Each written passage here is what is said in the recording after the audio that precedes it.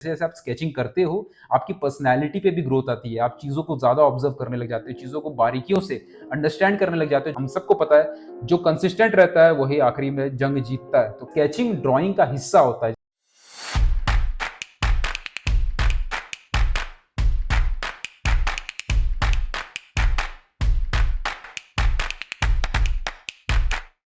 वैसे तो स्केचिंग के इंपॉर्टेंस 9 क्या 900 हो सकती है, लेकिन आज हम टॉप 9 पॉइंट्स के ऊपर बात करेंगे जो कि स्केचिंग के लिए इंपॉर्टेंस रखती है। और जो 8वां नंबर का है ना पॉइंट, वो मेरा फेवरेट है। और सारे 9 पॉइंट्स को ध्यान से सुनना और बताना कमेंट सेक्शन में कि आपका कौन सा फेवरेट पॉइंट है जो आपको अट्रैक्ट करता है ज़्यादा स्केचिंग की तरफ। और आप अगर प्रैक्टिकली स्केचिंग करते हो डेली बेसिस पे तो भी कमेंट सेक्शन में लिखना जरूर, देख के अच्छा लगता है। एंड पर्पल हार्ट एक जरूर टाइप करना कमेंट्स में।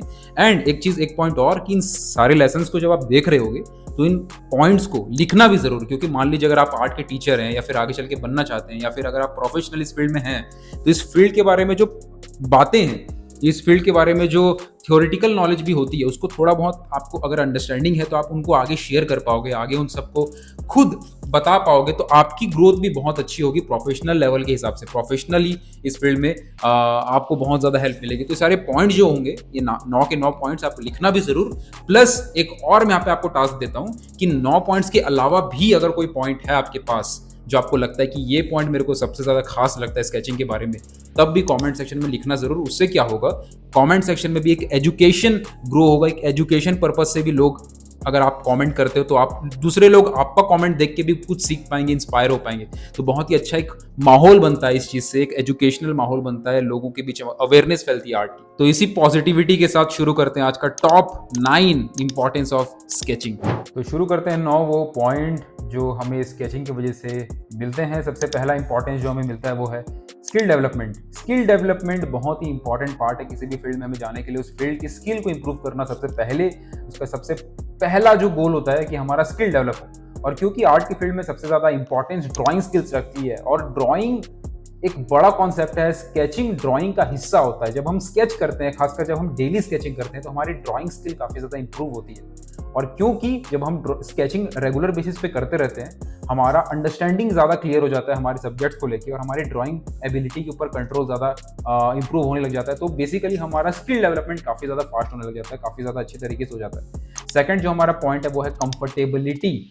जब हम स्केच करते रहते हैं, जब आप डेली बेसिस पे स्केच करते रहोगे, अलग अलग सब्जेक्ट को ट्राई करते रहोगे, अलग अलग सब्जेक्ट मैटर को स्केच करते रहोगे, तो आप कंफर्टेबल हो जाओगे उन सब्जेक्ट मैटर को करते रहने में। सिर्फ सब्जेक्ट मैटर पे ही नहीं, बल्कि टूल्स के साथ भी आप ज़्यादा कंफर्टेबल फील करोगे। भले आप पेंसिल इस्तेमाल कर रहे हो, पेन इस्तेमाल कर रहे हो, चारकोल इस्तेमाल कर रहे हो, या डायरेक्टली ब्रश से भी आप स्केच कर रहे हो, तो आप अपने टूल के साथ मोर कंफर्टेबल फील करोगे। सो कंफर्टेबिलिटी एक बहुत ही इंपॉर्टेंट एस्पेक्ट है डेली स्केचिंग करते रहने का, और ये बहुत इंपॉर्टेंट है इस फील्ड में आगे बढ़ते रहने के, क्योंकि जब आप अपने टूल्स के साथ कंफर्टेबल होते हो तो आप नई नई चीज़ें ट्राई कर पाते हो, आप बड़े पंगे ले पाते हो, नए एक्सपेरिमेंट्स, जो बड़े एक्सपेरिमेंट्स हैं, जो जिनका चांस शुरुआत में फेल होने का ज़्यादा रहता है, वो ज़्यादा अच्छी तरीके से आपका प्रोबेबिलिटी होता है कि आप उसको सक्सेसफुली कर पाओ। क्यों? क्योंकि आपका कंफर्टेबिलिटी इतना बढ़ चुका होता है कि आप नए चैलेंजेस के लिए अपने आप को धीरे धीरे तैयार करने लग जाते हो। तो दूसरा पॉइंट कंफर्टेबिलिटी। तीसरा पॉइंट जो आपको स्केचिंग की वजह से मिलता है वो है creates impact on your personality.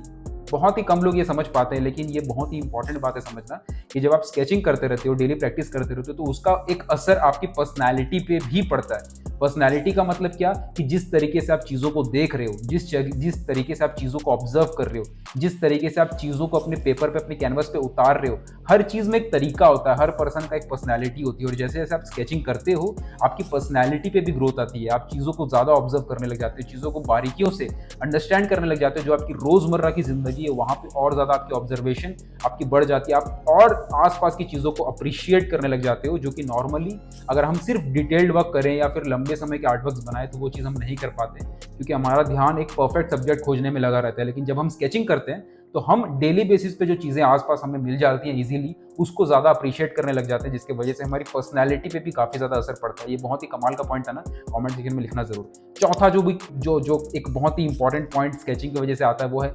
Communication. Communication न सिर्फ आपकी अंडरस्टैंडिंग को लेके इंप्रूव होता है, क्योंकि जब आप कोई चीज़ समझ जाते हो तो उसको कम्युनिकेट करना बहुत आसान होता है। तो ये एक पॉइंट बहुत ज़्यादा हेल्प करता है, खासकर आर्ट के टीचर्स को और किसी भी आर्टिस्ट को, क्योंकि हर आर्टिस्ट अपने आर्ट के माध्यम से कम्युनिकेट करता है चीज़ों को।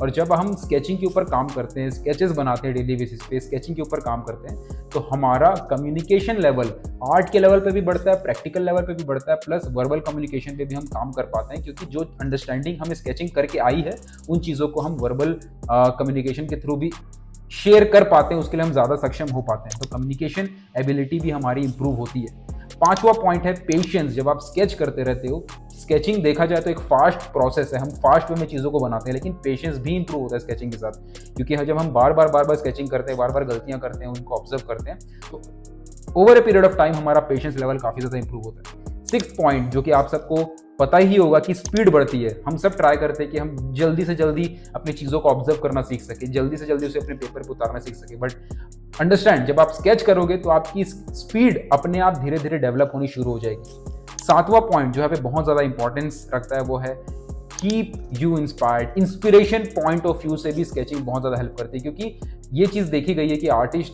ज़्यादातर ये होता है कि हम एक इंस्पिरेशन की तलाश में रहते हैं कि कोई अच्छा सब्जेक्ट मिले, कोई अच्छा सीन हमें मिले जिसको हम बना सकें। एक अच्छा सब्जेक्ट के ऊपर हम बहुत ज़्यादा समय व्यर्थ कर देते हैं, लेकिन जब आप स्केचिंग करते हो तो आप आसपास की चीज़ों को, जैसे मैंने बोला, अप्रिशिएट करते हो, तो इंस्पिरेशन आपको बहुत जल्दी मिलने लग जाती है, जिसकी वजह से आपकी प्रैक्टिस भी जल्दी ज़्यादा आप प्रैक्टिस कर पाते हो। बिना इंस्पिरेशन का वेट किए आप किसी भी चीज़ से इंस्पायर होना शुरू कर देते हो।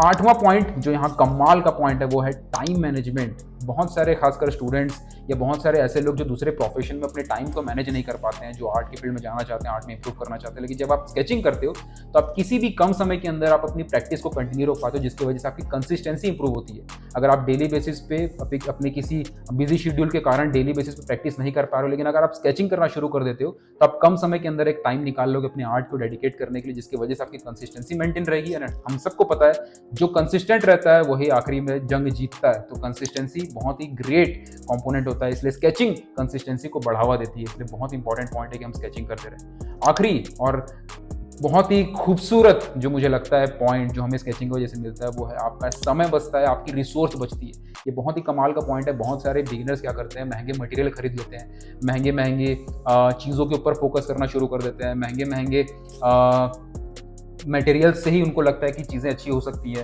वो अपना टाइम वेस्ट कर देते हैं ज़्यादातर डिटेल में फोकस करने का, जबकि उनको फंडामेंटल लेवल पे काम करना चाहिए।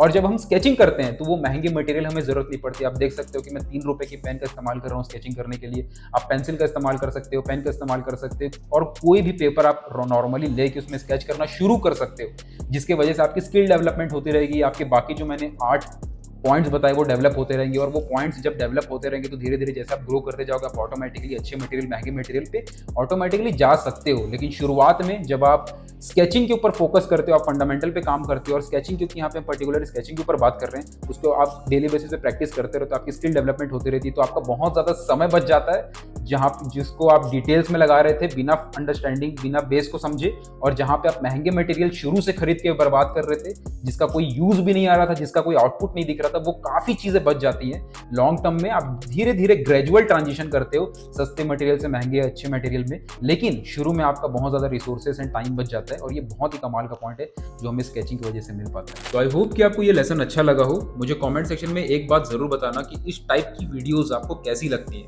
मतलब फैक्ट्स फिगर्स वाली, ये इंपॉर्टेंस, ये टॉप के इंपॉर्टेंस जो थोड़े से थ्योरेटिकल्स भी होते हैं। तो इन सारे पॉइंट्स अगर आप ऐसे वीडियोस चाहते हैं तो कमेंट में लिखोगे तो मैं ऐसे वीडियोस और लेके आ पाऊँगा। इसके अलावा अगर आपने कमेंट में नहीं लिखा है कि कौन सा पॉइंट आपका फेवरेट था इन 9 पॉइंट्स में, या इसके अलावा कोई ऐसा पॉइंट है जो आपका फेवरेट है, तो वो भी कमेंट में लिखना। उससे और ज़्यादा एजुकेशन फैलेगी, कमेंट सेक्शन और ज़्यादा पॉजिटिव आर्ट से भरा भरा लगेगा। ऑल्सो इस तरीके के बहुत सारे एजुकेशनल पोस्ट मैं इंस्टाग्राम पे भी शेयर करते रहता हूँ, तो आप इंस्टाग्राम पे भी मुझसे कनेक्टेड ज़रूर रहिएगा। इंस्टाग्राम का चैनल यहाँ पे आप देख सकते हो। यहाँ पे आप जो भी मैं पोस्ट शेयर करता हूँ उनको आप सेव करके भी रख सकते हैं, सो दैट आप बार बार उनको रिफर कर सकें। अब मिलते हैं आने वाली वीडियो में। Till then keep creating, keep learning, keep growing, take care and love you all.